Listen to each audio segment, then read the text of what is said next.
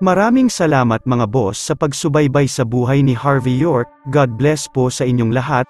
At 326. Pangalawang araw, sa Niamey Grand Hotel. Isang malaking araw ngayon para sa buong lungsod ng Niamey. Ito ang grand event para sa lahat ng upperclassmen dahil ngayong araw gaganapin ang sikat na antique fair sa Niamey na inorganisa ng respetadong pamilyang Naiswell. Hindi kailanman gaganapin ng regular ang antique fair ng mga Naiswell, at kapag mag-organisa sila, palaging may mga treasure at rare valuable na nakadisplay. Sa oras na ito, tumigil ang Niamey Grand Hotel sa pagtanggap ng mga bagong customer. 3 araw na ang nakakaraan para sa paghahanda sa antique exhibition na ito sa lungsod ng Niamey. Naglipa na ang mga premium na kotse sa parking lot ng Niamey Grand Hotel at ang mga dadaan sa grand entrance ay mga prestihiyoso at kagalang-galang lamang. Maging ang mga Zimmer ay sumakay sa isang S-Class na Mercedes-Benz para dumalo sa event. Sina Sean Zimmer, Zach Zimmer, Queen Zimmer at Mandy Zimmer ay pawang naruroon. At lahat ng ibang mga Zimmer na dumalo ay ang mga high status sa pamilya. Si Senior Zimmer bilang isang leader ng pamilya ay hindi maitago ang kanyang excitement nang bumaba siya ng kotse. Ipinasa pa niya ang invitation letter, na labis niyang inaalagaan, sa bellboy mismo para sa isang close examination. Doon lamang sila dinala ng mga staff sa napakalaking hall ng hotel.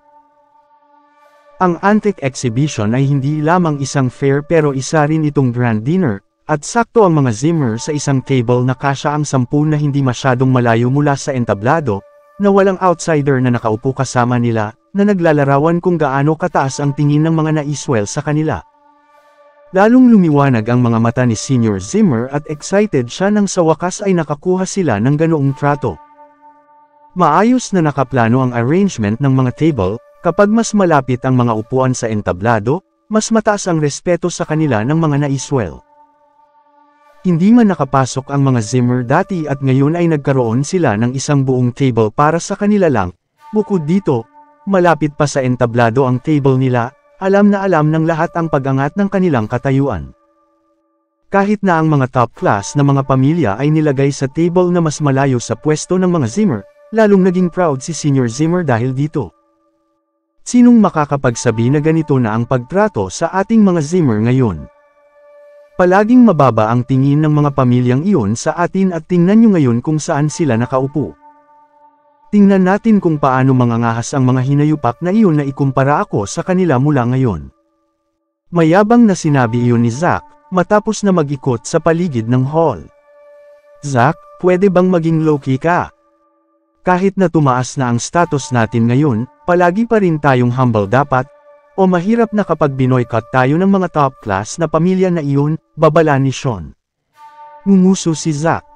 Malakas ba ang loob ng mga taong ito na e-boycott tayo ngayon? Hindi lamang tayo nakikipagtulungan sa York Enterprise pero mataas din ang tingin sa atin ng mga kababayan natin sa Niamey, sumipsip na dapat sila sa atin kung ako sa kanila. Tuwang-tuwa si Zach na nakalimutan niya na wala siyang kinalaman kung paano nagsimula ang partnership nila sa mga York. Hindi niya alam na wala siyang kinalaman kung paano sila nakadalo sa prestihiyosong antique fair na ito. Matapos siyang magsawa na maging all high and mighty, humikab si Zach. May isang lalaki, palagi siyang nakakainis pero medyo namimiss ko siya kapag wala siya rito, nasaan kaya ang basurang iyon ngayon? Marahil ay nagpa-practice siya kung paano lumuhod. Zach, anong ipinapahiwatig mo dito? Nang marinig iyon, nakangiti si Queen nang sumagot siya. Ano pang ibig kong sabihin? Hindi ba sinabi ng walang silbing brat na iyon na inimbitahan siya ng daughter ng pamilya, si Rosalie Naiswell mismo? Hindi ako makapaghintay kung paano siya luluhod sa harap ko ngayon. Nakakaaliw talaga. Sinabi iyon ni Zach sa tuwa. Hindi na kinaya iyon ni Mandy at binigyan ng malamig na titig si Zach.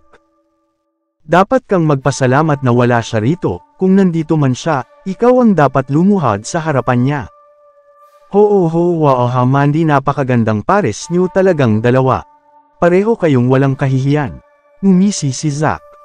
Huwag mong sabihin sa akin na sa palagay mo ay magkakaroon siya ng pagkakataong makapasok dito. Nasa katinuan ka pa ba? Kabanata 327. Mandy Zimmer, asawa mo pa rin ang lalaking iyon, dapat palagi mo siyang paalalahanan kung paano lumuhad ng maayos sa harap ni Zack Zimmer. Malungkot naman kung pareho kayong papalayasin sa bahay dahil sa kanyang attitude. Nagpayo si Queen Zimmer kay Mandy ng may kabaitan. Nanatiling blanko ang mukha ni Mandy Zimmer at sinabi, "Anong kinalaman ko kung nandito siya o nakaluhod? Bo, sinusubukan mo nang gumawa ng linya sa pagitan yung dalawa. Mandy, hindi ka naman ganito bago ka naging kawawang manager. Sinong mag-aakalang nagsimula ka ng magkaroon ng pake sa reputasyon mo pagkatapos magbago ng katayuan mo? O baka hindi ka rin nasanay na basura ang asawa mo pagkalipas ng 3 buong taon?" Ngumisi si Zack. Huwag na huwag mong papangarapin ang pagkuha ng diborsyo, ang great-grandfather natin ang nag-ayos ng kasal mo noong buhay pa siya, makakalaban mo ang buong pamilya Zimmer kung tutol ka sa kanyang hangarin. Madalas na iniisip ito ni Zack sa mga nakalipas na araw, hindi niya papayagan si Mandy at Harvey York na kumuha ng diborsyo dahil sigurado na ang kanyang sariling status kung mananatiling pabigat si Harvey kay Mandy, at hilahin ito pababa. Zack, bigla akong nagka-ideya. Hindi masaya kung luluhod araw-araw ang lalaking iyon sa iyo. Bakit hindi natin paluhurin ang mag-asawa sa harap mismo ng buong kumpanya at ng mga empleyado? Maging mabait naman tayo para ipagawa iyon sa kanila kahit papaano. May mabait na ngiti sa mukha ni Queen pero puno ng mga masasamang balak ang kanyang isip. Sa sandaling napaisip si Zack at napaungol sa tawa. Tama ka nga. Mandy, magiging mabait ako at ibibigay sa inyong dalawa ang magandang pagkakataong ito dahil asawa mo siya, huwag kang masyadong magpasalamat sa akin. Labis na nasiyahan si Zack, napakaganda ng masamang ideya ni Queen, kung luluhod sina Mandy at Harvey sa kanya sa harap ng buong kumpanya, siguradong wala nang rerespeto sa kanila. Ay oo, aso ba ang zodiac sign ni Harvey? Malamang kung hindi, bakit siya luluhod sa sinumang makakasalamuhan niya? Tulad ng nasa kasabihan, nagiging pareho ang ugali ng mga mag-asawa paglipas ng panahon, bakit hindi kayong pareho mga maging aso? Pero mas cute kung papaikutin ng mga aso ang kanilang mga buntot. Zack, bakit hindi mo hayaan ang walang kwentang pares na ito na paikutin ang kanilang buntot para sa iyo at etrato kanilang parang master nila? Sa sandaling iyon, nagsimulang sumali ang iba pang mga Zimmers at kinutya si Mandy dahil siya ang nag-iisang dahilan ng pagkawala ng kanilang mga benepisyo sa mga nagdaang araw, mas masaya silang magkaroon ng pagkakataon na pabagsakin siya. Ngumisi si Zack na parang isang Cheshire Cat at sumagot, "Well, ayos lang, masyado akong nahihiyang maging master ng 2 aso, ayokong sirain ang magandang imahe ko bilang Vice CEO dahil sa kanila, di ba? Totoo rin yan."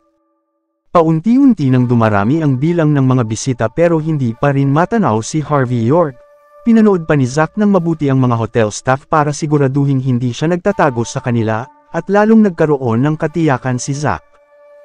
Sa presidential suite ng Niamey Grand Hotel, direktang nakaupo sina Harvey at Shane na iswel sa tapat ng isa't isa na may set ng napakagandang antique chess sa pagitan nila, nasa kalagitnaan sila ng isang laro ng chess. Kumunot ang parehong kilay ni Shane habang nag-iisip, habang si Harvey ay mukhang walang bahala tulad ng dati, nilalaro pa ang kanyang phone, nang gumalaw siya ng kanyang chess pieces. Third round na at pangatlong beses na natalo si Shane.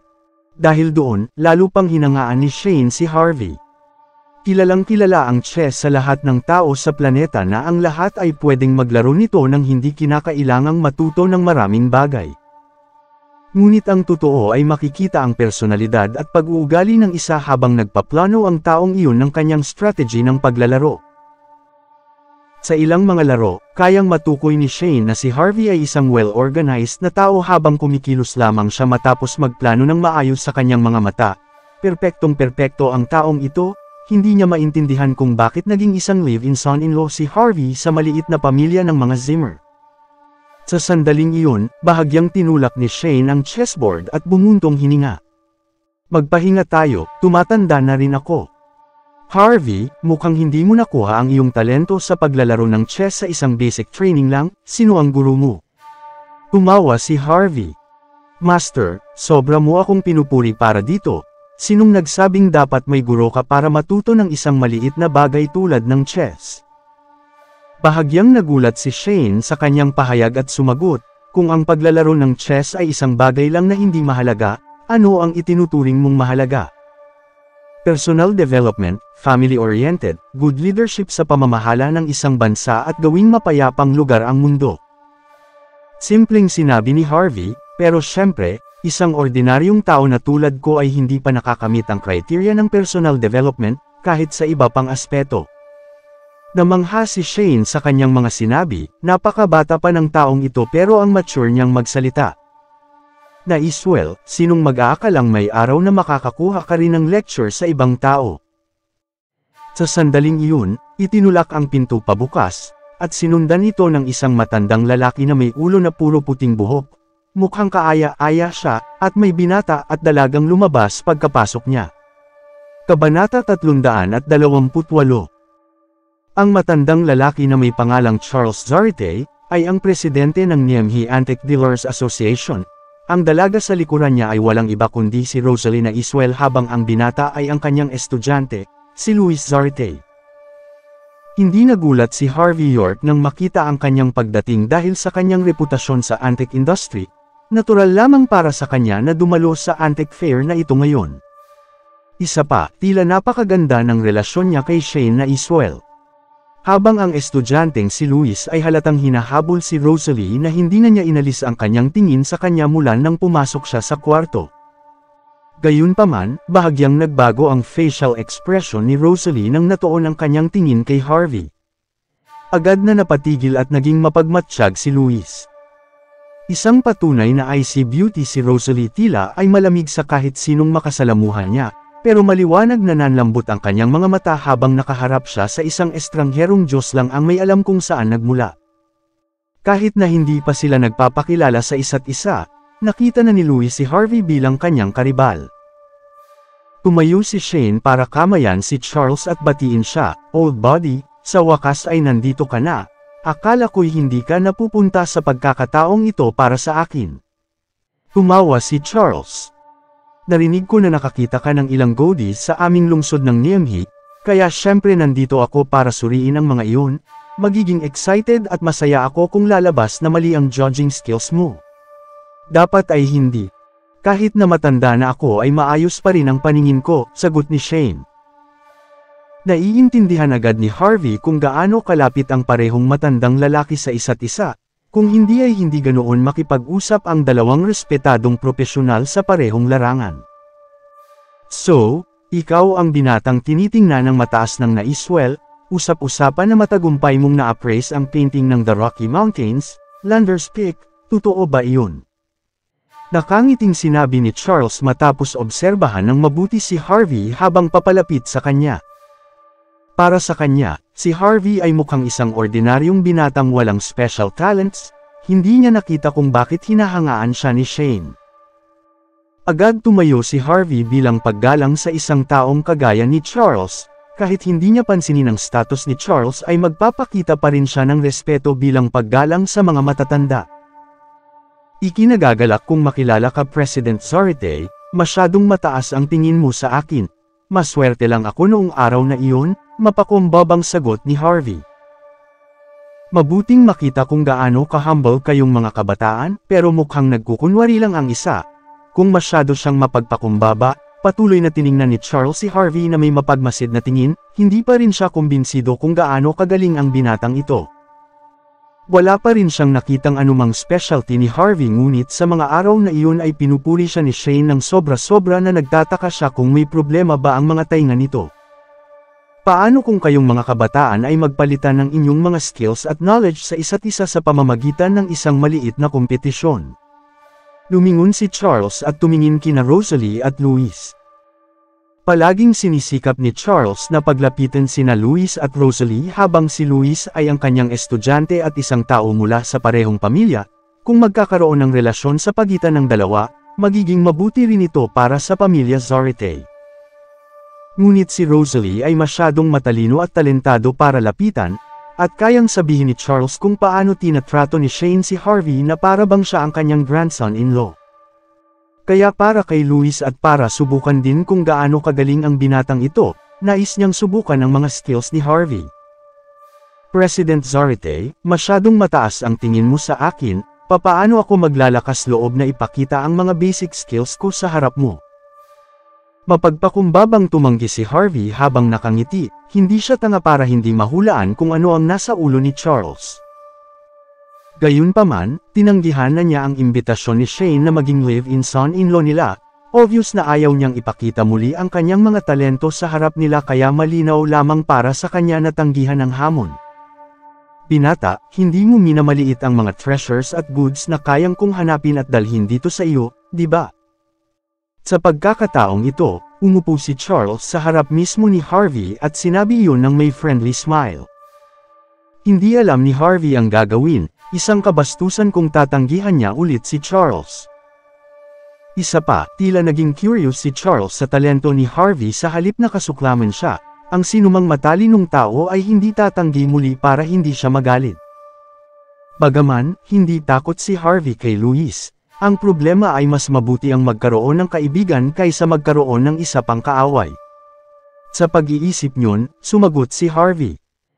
President Zarate, magsisimula na ang fair, bakit hindi muna tayo mag-enjoy sa exhibition at mula doon ay pribado akong hihingi sa iyo ng ilang leksyon tungkol sa mga antik. Tumingin si Charles sa kanyang relo at sinabi, may 20 minuto pa, marami pang oras. Sa wakas binasag ni Louis ang kanyang katahimikan at nagsalita habang nakangisi. Mister, kung hindi mo talaga alam kung paano mag-appraise ng mga treasuries edi sabihin mo na dapat ito, bakit ka pa nagdadahilan? Maraming salamat mga idol sa patuloy niyong pagsubaybay sa kwentong ito, lubos na nagpapasalamat ECTV Stories. Kabanata 329. Nang marinig ang mga salitang iyon, bahagyang pinaikit ni Harvey York ang kanyang mga mata, tila hindi talaga sinubukan ni Louis Zarate na maging mabait sa kanya. Habang iniisip ang mga iyon, binaling ni Harvey ang kanyang tingin kay Rosalie na iswell ng ilang sandali. Ano pang mga kaguluhan ang ibibigay niya sa kanyang sarili dahil sa kanyang kagandahan? Nang mapansin ang titig ni Harvey, ang malamig na ekspresyon ni Rosalie ay napalitan ng ngiti habang pilyo siyang kumandat kay Harvey. Walang magawa si Harvey kundi ang ngumiti, hindi alam ang susunod niyang hakbang. Samantala si Louis na nakatayo sa gilid ay kinuyom ang mga kamao sa eksenang kanyang nakita, ang kulokoy na ito na kung saang lupalop ng galing ay naglakas loob na makipaglandian sa mansanas ng kanyang mga mata. Hindi talaga ito katanggap-tanggap. Napansin ni Charles Zarate ang lahat ng nangyari, sa gilid ng kanyang mga mata at bumuntong hininga sa kanyang isip, natalo na ang kanyang estudyante sa binatang ito dahil lamang hindi siya nagtimpi. Ngunit syempre, kailangan ni Charles na tulungan si Louis bilang isang miyembro ng pamilya, kaya't tinitigan niya si Louis at sinabi sa kanya, ano ang palagi kong itinuturo sa iyo, Louis? Laging maging mapagpakumbaba at huwag magpakita ng kayabangan dahil lamang sa iyong mga talento at skills, naiintindihan mo ba? Ngunit malinaw sa mga mata ni Harvey na kahit mukhang binibigyan ni Charles ang kanyang estudyante ng lecture, ang kanyang paniniwala at tiwala sa kanyang estudyante ay hindi maitatago sa kanyang tono ng pagsasalita. Teacher, hindi ko lang kayang tiisin kung paano kumilos ang ilang tao, na parang alam nila ang lahat, kahit wala naman talaga silang alam, at ituring siyang isang mahusay na appraiser dahil lamang sa kanyang swerte last time. Galit na sinabi ni Louis. Agad na nagalit si Rosalie sa kanyang mga sinabi bago pa man makasagot si Harvey. Tiningnan niya ng masama si Louis at sinabi, Mr. Zarate, huwag masyadong mataas ang tingin mo sa iyong sarili, dahil lamang sa mga basic talents mo. Hindi may kukumpara ang mga skills mo kay Harvey York. Rosalie, ayoko lang na maloko ka, ang lalaking ito. Sabik na sumagot agad sa kanya si Louis. Sino ka para tawagin akong Rosalie? Huwag mong gawin na para bang malapit tayo sa isa't isa kahit hindi naman. Maligamgam na sinabi ni Rosalie. Matagal na siyang hinahabol-habol ni Louis na parang habol-habol sa kalsada, bukod dito ay nasa good terms ang kanilang mga pamilya na humahantong na sinubukan silang dalawa na paglapitin para maging mag-asawa, kaya siya ganoon magsalita. Bago ito, kinausap lamang niya si Rosalie ng maayos dahil sa pressure mula sa mga matatanda, pero ngayong ang tanging laman ng kanyang isip ay si Harvey, wala siyang kahit konting interes kay Louis. Galit na galit si Louis habang matinding nakatitig kay Harvey at may usok sa mga mata niya. Nakatayo lang si Harvey na mukhang walang magawa, kasalanan ni Louis na hindi niya makuha ang babaeng pinagpapantasyahan niya, kaya bakit siya galit kay Harvey? Isa pa, hindi rin interesado si Harvey kay Rosalie. Sa sandaling iyon, mahinang tumawa si Shane at nagkomento, puno ng enerhiya ang mga kabataan ngayon. Tumanda na talaga tayo, Zarate. Kung gustong maglaro ng mga kabataan, hayaan natin sila, basta't nasa good terms ang lahat, hindi tayo dapat makisawsaw bilang huklubang old men. Tiningnan ni Charles si Shane at sumimangot dahil sa narinig na salitang, hukluban. Kaya niyang sabihin na sinusubukan ni Shane na ipagtanggol si Harvey, sa takot na bulihin ni Charles ang binata gamit ang kanyang status at edad. Nang isinasaalang-alang iyon, nagpasya siyang huwag nang bulihin pa si Harvey at sa halip ay ngumiti siya. Tama ka na, Iswell, merong magkakaibang mga ideya at opinyon ang mga kabataan sa lahat ng oras, bakit hindi tayo umupong lahat at magkaroon ng ilang mga match para makita kung sino ang totoong appraiser dito? Sa ating larangan, ang tunay ay palaging magiging tunay at ang peke ay palaging magiging peke. Mula doon, binigyan ni Louis si Harvey ng isang parang nagyayelong bote ng Red Horse na mga titig. Sarap naman mga idol kapag nagyayelaw talaga. Humahagod sa lalamunan. Balik tayo sa kwento mga idol. Pinapakita kung paanong hindi siya natatakot sa sinuman sa industriya ng antique appraisal. Medyo may kumpiyansa siya dito. Tinaasan ni Rosalie ang kanyang kilay, na-intriga rin siya sa ideya. Pagkatapos ay patuloy niyang tinitigan si Harvey na may pag-asa at paghanga sa kanyang magagandang glassy na mga mata. Totoo na, matagumpay na na-appraise ni Harvey ang painting na The Rocky Mountains, Lander's Peak, ngunit hindi na niya pinakita ulit ang kanyang mga skills pagkatapos nito. Nang tiningnan niya ang facial expression ng bawat isa, bumuntong hininga si Harvey dahil alam niyang hindi may iwasang magkaroon ng match ngayon. Hindi niya sinubukan pang i-delay pa ang lahat, sa halip ay umupo siya, at sinabi, kung ganun tara, pwede ko bang malaman kung paano kami magtutuos? Gamit ang anong mga style? Nag-isip sandali si Shane at lumakad sa tabi ng book rack, naglabas siya ng isang lumang wooden box para ilagay ito sa mesa. Nakuha ko ang antique watch na ito, habang bumibiyahe ako papuntang Niemhi. Kung authentic ito o hindi, bakit hindi ninyo ako tulungang tingnan at alamin ito? Ang pag-appraise sa mga antique watch ay isa lamang sa mga pagsubok na kailangan nilang gawin para makapasok sa appraisal industry, pero kung isa itong bagay na nilabas ni Shane, dapat ay may hidden meaning ito, kaya't parehong hindi nagsalita tungkol doon sina Harvey at Louis. Ang tanging patakaran dito ay pwede nyo lamang obserbahan ito gamit ang inyong mga mata nang hindi hinahawakan ito. Pagkatapos sabihin nyo sa akin kung ito ay authentic ba ito o peke, simula ngayon. Nakangiting binuksan ni Shane mga idol ang wooden box. At ang laban ay magsisimula na mga idol, pero bago yan tatagay muna ako ng nagyayelong Red Horse para, lalong sasarap ang ating pagkukwento sa buhay ng ating bida, na si Idol Harvey York. Kabanata 330. Ang laman ng wooden box ngayon, ay isang karaniwang steel antique watch, at sa katunayan ay isa iyong sikat na relo ng Rolex. Halata na marami ng pinagdaanan ang relong ito, ang medyo naninilaw na clock face nito ay naging isang magandang shade ng vintage yellow, kahit na ang shell ay mukhang may mga minor scratches dahil sinuot ito ng maraming taon, mukhang bago pa rin ito in general. Sa pagsubaybay sa buhay ni Agad Harvey na York, naging seryoso God si bless Louis po sa inyong Zarate lahat. at naglabas siya ng isang Pa-subscribe, mga boss, sa magnifying ating glass at channel, maingat Boss na Ma. inobserbahan Salamat. ito, na wala ang kahit anong bakas ng kayabangan niya mula kanina. Samantala, malayong nakatayo si Harvey York mula sa relo at tiningnan ito nang hindi gaanong nagbago ang kanyang facial expression. Tila mukha siyang mas profesional kaysa kay Louis kung titingnan, dahil sa kanyang kalmado at steady na composure. Tumango si Shane na Iswell habang si Rosalie na Iswell ay nasisiyahang nakatitig sa kanila, nagbigay si Harvey ng ganoong dominanteng vibe kumpara kay Louis, na mukha lamang isang tagapag-ayos ng relo. Gayunpaman, tumawa si Charles Zarate sa kanyang sarili, iniisip kung paanong gusto ng mga kabataan ngayon na magpasikat, medyo labis sa gusto niya. Sa industriya ng antique appraisal, kailangan mong maging sobrang maingat, precise at mapagmasid, at gawin kung ano ang iniisip mong tama at pinakamahusay. Kung masyadong nakatuon ang isa na magmukhang cool, at dominante sa iba at mabigo pagkatapos, mawawala sa kanya ang kanyang reputasyon magpakailanman. Natapos si Harvey sa pag-obserba, habang si Luis ay inabot ng kalahating oras pagkatapos niya. Si Rosalie na nakatayo sa gilid ay hindi na nakatiis habang nakakunot ang kanyang maselang mga kilay. Mr. Butiti, ay mali.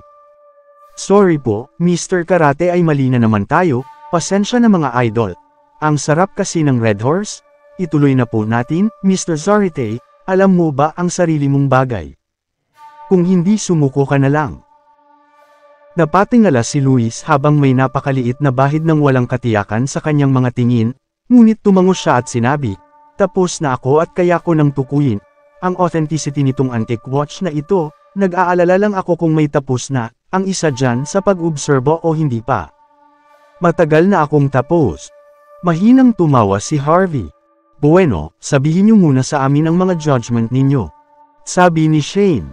Talagang authentic at valuable ang relong ito. Nagsimula si Luis ng may seryosong tono. Peke ito, madali mo itong mabibili sa subway station entrance sa halagang $30, simpleng pahayag ni Harvey York. Nang marinig ang sagot ni Harvey, agad nang umuso si Luis. Harvey, wala ka talagang alam sa antique appraisal, huwag mong sabihin dahil lang nakita mo ang Tiffany sign sa baba at napagpasyahan mo ng peke ito. Walang bahal ang sinabi ni Harvey York, peke ito sa unang tingin, hindi na kailangan pang obserbahan ito ng maigi. Ngumisi si Luis at sinabi, huwag kang umastang parang alam mo na ang lahat, may ideya ka ba kung gaano kataas ang value ng Rolex watch na ito? Hayaan mo akong i-interpret ito sa iyo isa-isa. Simula sa shell nito, babagsak ng husto ang value ng Rolex watch kung pinakintab ito dati. Tapos tungkol sa clock face, ito ang ingredient na ginamit ng 1940s ng Rolex Company para sa coating na mula sa kulay puti ay magiging magandang shade ito, ng vintage yellow, makalipas ang oras at siglo. Last but not least, ang logo. Maraming di umano'y mga antique watch appraiser ang masyadong maagang nagdesisyon sa sandaling makita nila ang sign ng Tiffany sa isang Rolex at iniisip na peke ito dahil hindi kailanman nakipag-collaborate ang Rolex sa iba pang mga brand. Pero sa modernong panahon na iyon, noong taong 1940s, para mapalawak ang kanilang market sa Amerika, binibenta ang mga relo ng Rolex sa ilalim ng mga shop branches ng Tiffany. At batay sa mga patakaran ng Tiffany ang anumang mga alahas na binibente sa ilalim ng kanilang pangalan ay dapat na may mga logo na nakabrand sa kanila, hindi pa sikat noon ang Rolex kaya't hindi sila exempted. Nakipag-collaborate lamang sila sa loob ng 2 o 3 taon kung kaya bakit napaka-rare makahanap ng mga ganitong relo sa market, ituturing na pambihira ng mga ito. Kung nasa auction ito, ang halaga nito ay hindi bababa sa $115,000. Matapos ibahagi ang kanyang analysis, tumingin si Luis kay Rosalie ng may pride. Ang proseso ng pag-appraise ng relong ito ay nangangailangan ng kaalaman sa kasaysayan, chemistry, at ekonomiya. Siguradong hindi ito isang bagay na kayang makamit ng mga normal na appraiser. Tulad ng inaasahan niya, hindi na pareho ang titig ni Rosalie sa kanya. Siya mismo ay hindi nahulaan na si Luis na lagi niyang minamaliit ay may napakahusay na talento sa industriyang ito. Nakangiti din si Charles, malinaw na talentado ang kanyang estudyante tulad ng kanyang sarili o higit pa. Hindi lamang niya natukoy ang authenticity ng antique watch nang hindi hinahawakan ito sa maikling panahon, isa pa dito, sinuportahan niya ang kanyang judgment gamit ang mga valid na dahilan at analysis.